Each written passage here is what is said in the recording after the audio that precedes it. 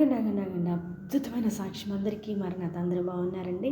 దేవుని సన్నిధిలో సంతోషంగా ఉన్నారుగా. సాక్ష్యం ఏంటంటే మరి ఒకరిని నమ్మి డబ్బులు ఇచ్చారంట. చాలా డబ్బులు ఇచ్చారంటండి. చాన్నాళ్ళు అయిపోయిందంట, అడుగుతూనే ఉన్నారంట. ఇంకిద్దరికి డిస్కషన్ అయ్యి వాళ్ళ నెంబర్ బ్లాక్ చేసేసారంట. ఈవిడ చాలా కష్టపడ్డారంట. ఎంత ప్రయత్నం చేసినా సరే వారు అసలు వీరి మధ్యలోకే రాలేదంటండి. అప్పుడు చాలానాళ్ళు అయిపోయిందంట. ఇక నా దగ్గరికి వచ్చి, అమ్మ ఒక్కసారి మీరు ప్రార్థన చేయండి అమ్మ, దేవుడు ఎన్నో అద్భుతాలు చేస్తాను మీ ద్వారా అంటే. నేనైతే చాలానాళ్ళు ఫోన్ ఎత్తలేదు. ఒకసారి ఫోన్ ఎత్తి మాట్లాడినప్పుడు ఆ బిడ్డ బాధ అంత బాధ కాదండి, చాలా బాధ అనిపించింది. నా మనసు చెలించిపోయింది ఆ బిడ్డ బాధలు విన్నప్పుడు. అయితే వెంటనే ప్రార్థన చేయడం స్టార్ట్ చేశాను. అలాగే లైవ్లో కూడా ప్రార్థన చేయించుకున్నారు ఆ బిడ్డ. అయితే చాలా ప్రార్థన చేశానండి. అలాగే దగ్గర 2 నెలలు పైనే ప్రార్థన చేశాను. అలాగే అయ్యగారికి కూడా నెంబర్ ఇచ్చి ప్రార్థన చేయడం జరిగింది. అలాగే గ్రూపుల్లో కూడా ప్రార్థన చేశారు.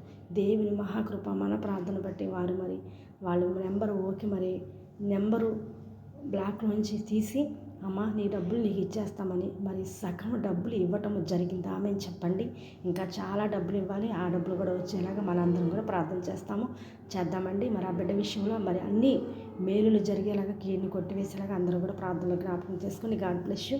దేవుడు మనందరినీ దీవించును గాక. ఆమేన్. అందరికీ మరణాతండి.